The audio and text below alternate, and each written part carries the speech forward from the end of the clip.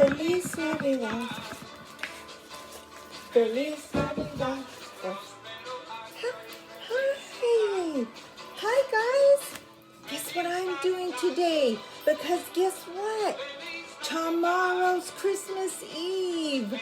So I got my poinsettia headband and my chili apron, and I'm getting everything ready for tomorrow because tomorrow's Christmas Eve. Isn't it so exciting? I'm so excited because I love Christmas. I'm listening to my favorite song, Feliz Navidad. Feliz Navidad, that means Merry Christmas in Spanish. I'm going to put it on a little bit lower because I want to talk to you guys. So did you guys know that for Christmas we have a tradition? Do you know what a tradition is? A tradition is something that you do over every year, the same thing over and over, and it's handed down from like our grandma, our great-grandma, our great-great-grandma. So we have a tradition in our family. Our family makes tamales. You guys have eaten tamales before, right? I know you have because we've been making them for years and years and years. Even before you guys were born. When your mamas and daddies were little, me and Grandma Angie and Grandma Annie used to make tamales, and your mamas. So, and your grandmas and your nanas and your umas. Sorry, I wanted to get something to show you. So this is Grandma Annie. That is Grandma Angie's mom. Grandma Angie's mama. That's my grandma. And that's your Uma's grandma, and Aunt Karina is that's her grandma. This is our grandma, and she taught us how to make tamales. Isn't that so cool? It is, right? And every year we would make tamales. Look, there's Grandma Angie, and that's Grandpa. That's me, and Tia Lisa, and Valerie, and Sammy. We all made tamales. See? Here we are, making tamales. And we got together with all the family, and we make tamales all together to have for our very special Christmas celebration. This year was a little bit different. We couldn't really do that because we were all trying to be safe, right? Because we want to make sure that we're all stay healthy. But you know what? I'm sure that everybody's thinking of each other right now. And the most important thing is to celebrate with your family and to be happy, right? But I'm going to show you. Do you guys see my Santa Claus? This is my cooking Santa Claus. How do you like him? He's pretty cool, right? I'm going to show you guys what we do with tamales. So this is the corn husk. This is what grows around the corn, you know, like the corn on the cob. Well, this grows around it, but we use it to wrap our tamales in. And we use something called masa. This is masa. It's almost like Play-Doh. And what we do is we put this masa, and what it is, it's corn. And they grind it all up and make it real smooth, like cookie dough. And then we get this masa on a spoon and we spread it on this corn husk. It's called a hoja in Spanish. And we spread it on here like this. And then we put meat with chili in the middle. And then we wrap it up really good and we tie it. And then it looks like this. And then we're going to cook it. And it's going to be so yummy. But, you know, we do that every year. That's our tradition for our family in our at Christmas time. We make tamales. Maybe you didn't make them this year. Maybe your family didn't make them this year. But that's okay because guess what? Next year we're going to make them. We're going to have a big old family Christmas party next Christmas, right? And we can make them. But I have a very special story for you guys today, okay? I'm going to take you over here. Look, I have Grandma here today. She's taking a little nap over there. Do you guys see her? She's taking a little nap. tomorrow, maybe you guys, I'll let her say hi to you guys, okay? I have a special story for you today. So this story is called Too Many Tamales. It's one of my favorite Christmas books. Snow drifted through the streets, and now that it was dusk, Christmas trees glittered in the windows. Maria moved her nose off the glass and came back to the counter. She was acting grown-up now, helping her mother make tamales. Their hands were sticky with masa. "That's very good," her mother said. Maria happily kneaded the masa. She felt grown up wearing her mother's apron. Her mom had even let her wear lipstick and perfume. If only I could wear Mom's wedding ring, she thought to herself. Maria's mother had placed her diamond ring on the kitchen counter. Maria loved that ring. She loved how it sparkled like their Christmas tree lights. When her mother left the kitchen to answer the telephone, Maria couldn't help herself. She wiped her hands on her apron and locked the back door. "I'll wear the ring for just a minute," she said to herself. And the ring sparkled on her thumb.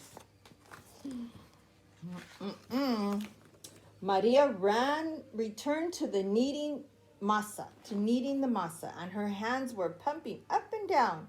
On her thumb, the ring disappeared. Then it reappeared in the sticky glob of dough. Her mother returned and took the bowl from her. "Go get your father for this part," she said. Then the three of them began to spread the masa onto the corn husks. Remember I showed you the corn husk? Maria's father helped by plopping a spoonful of meat in the center and folding the corn husk. He then placed them in a large pot on the stove. They made 24 tamales, and the windows grew white with delicious smelling steam. A few hours later, the family came over with armfuls of bright presents. Her grandparents, her uncle, her aunts, her cousins, Dolores, Teresa, and Danny. Maria kissed hello to everybody, and she grabbed Dolores by the arm, and they went upstairs to play with all the other cousins tagging along. They cut out pictures from a newspaper, pictures of toys that they were hoping that were wrapped and sitting underneath the Christmas tree. As Maria was snipping out a picture of a pearl necklace, a shock spread through her body. "Oh, the ring," she said. Everyone stared at her. "What ring?" Dolores said. Without answering, Maria ran to the kitchen. The steaming tamales laid piled on a platter. "The ring is inside one of those tamales," she thought to herself. "It must have come off when I was kneading the masa." Dolores, Teresa, and Danny skipped into the kitchen behind her. "Help me," Maria cried. They looked at each other. Danny piped his fist. "What do you want us to do?" "Eat them," she said. "If you bite into something hard, tell me." The four of them started eating. They ripped open the husks and they bit into them. The first one was good. The second one was pretty good.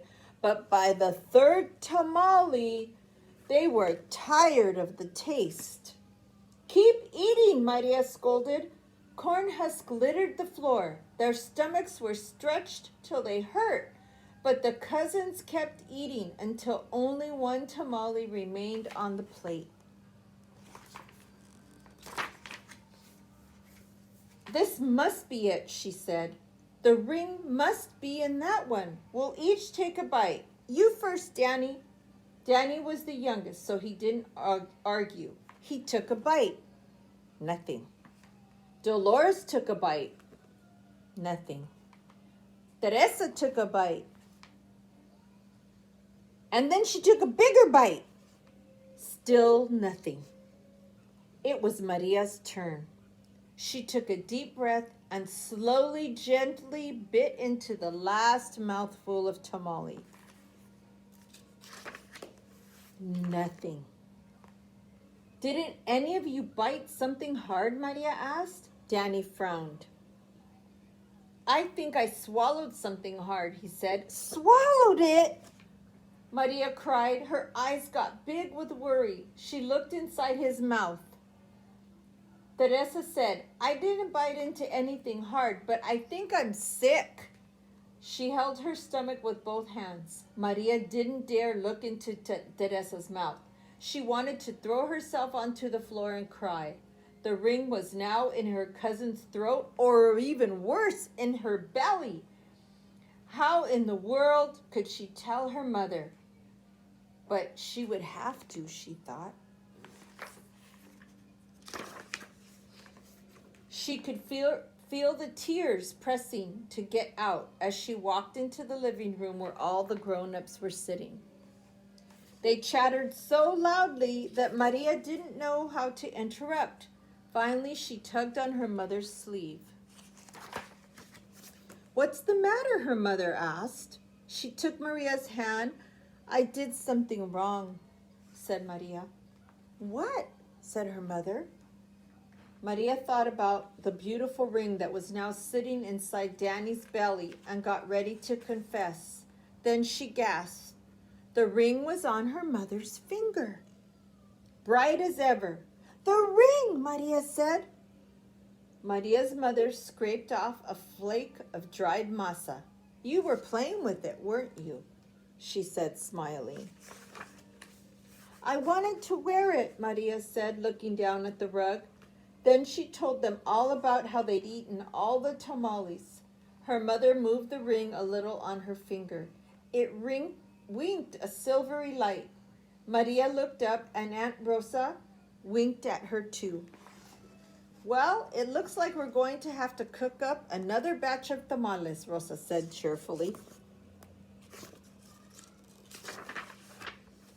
Maria held her full stomach as everyone filed into the kitchen, joking and laughing. At first she felt like crying as she needed a great big bowl of masa. Next to Aunt Rosa, and she pumped up her hands up and down to a leftover tear fell from her eyelashes into the bowl and for just a second rested on her finger and sparkled like a jewel. Then Rosa nudged her with her elbow and said, Ay, niña, it's not so bad.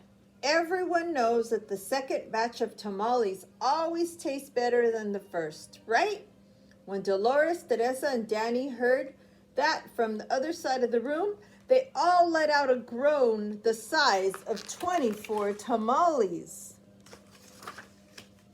Then Maria couldn't help herself. She laughed, and pretty soon everyone was laughing, including her mother. And when Maria put her hands back into the bowl of masa, the leftover tear was gone. And that's the end. That was such a good story, wasn't it? Too many tamales. I love that story. I love all you guys. I love Joseph, Eleanor, Maggie, Talisa, Izzy, Logan, Boo Boo, Mia, Izzy, and Allie. I'm all mixed up. And Ronaldo. I forgot Ronaldo last time. Sorry about that, Ronaldo. Anyway, I hope everybody's having a great day and so excited for tomorrow. And I love you all very much. And I miss you. And Merry Christmas. Mwah.